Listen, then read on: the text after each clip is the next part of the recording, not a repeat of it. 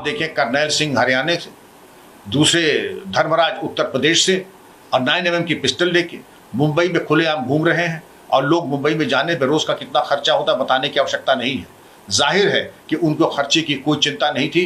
Recce करना और इस तरीके से आक्रमण करके हत्या करना, मैं इसकी घटना की निंदा करता हूं और उम्मीद करता हूं कि इसका सफल अनावरण होगा। ये जो बताया जा रहा है कि इसमें लॉरेंस बिश्नोई का हाथ है, उसके 3 गुर्गे अमेरिका से ऑपरेट कर रहे हैं। लॉरेंस बिश्नोई गुजरात में है और उसके 700 शूटर हैं। ये कह देना कि जो सलमान खान का मित्र है वो हमारा शत्रु है, ये एक चुनौती है।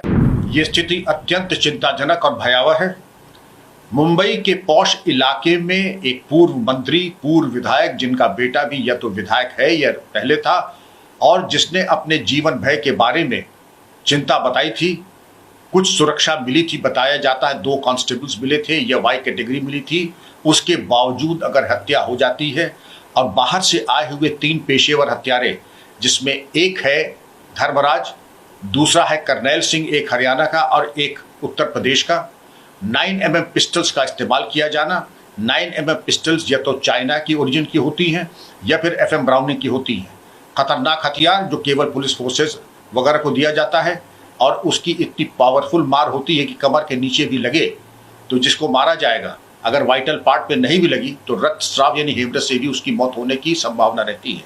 और मुंबई इस तरीके से बताने के बाद अगर हो तो चिंता का विषय तो है ही। और पुलिस को अपनी आंतरिक जो व्यवस्था है, गश्त गाड़ाबंदी और पेट्रोलिंग की, उसको और उच्चीकृत करने की आवश्यकता है। और ये जो बताया जा रहा है कि इसमें लॉरेंस बिश्नोई का हाथ है, और लॉरेंस बिश्नोई के बारे में ये कहा जाता है कि उसके 3 गुर्गे अमेरिका से ऑपरेट कर रहे हैं।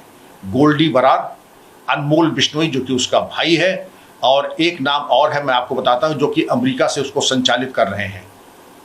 और अगर खुलेआम NIA ने अपनी चार्जशीट में इस गैंग के खिलाफ ये लिखा है कि लॉरेंस बिश्नोई गुजरात में है और उसके 700 शूटर हैं।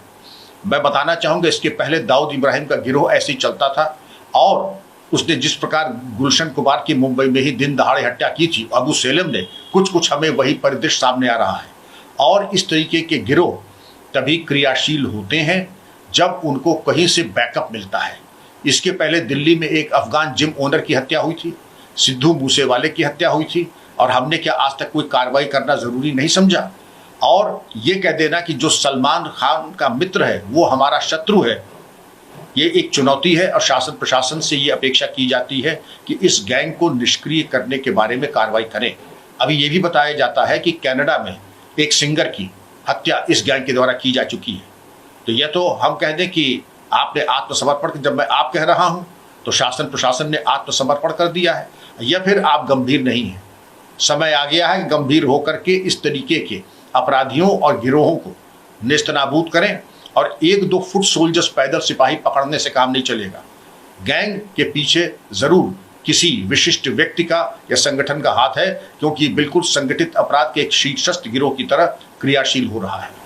एक बड़ा अहम सवाल है सर, जैसे कि आपने जिक्र किया जिन पिस्टल्स का इस्तेमाल अशरफ के साथ भी किया गया था, उसमें भी 3 लड़के आए जो कि काफी यंग एज के थे। सेम सिचुएशन यहाँ, जैसे कि हाई टेक पिस्तौलों का इस्तेमाल किया गया था। तो क्या कुछ सिमिलरिटीज देख रहे हैं आप इन चीजों में? क्या मैं ये देख रहा हूँ कि हथियार हवा से नहीं आते। 9mm की ब्लैक में भी, असली अगर देखें मार्केट में प्रोहिबिटेड मोड है, मिलेगा नहीं, लेकिन ब्लैक में भी बताया जाता है कि 10 लाख से कम नहीं आता है।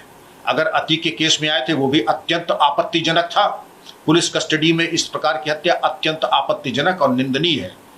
इसके ऊपर भी बहुत प्रभावी कार्रवाई, और जो भी पुलिस ड्यूटी एस्कॉर्ट में थे, हालांकि जुडिशियल कमीशन और एक कमीशन ने उसमें कोई त्रुटि नहीं देखी, लेकिन मेरा इसमें मतभेद है। मैं चाहूँगा कि पुलिस कस्टडी में मौत एक गंभीर अपराध है, और पुलिस कर्मियों की संलिप्तता अथवा निष्क्रियता या दोनों ही परिस्थितियों में कार्रवाई होनी चाहिए थी।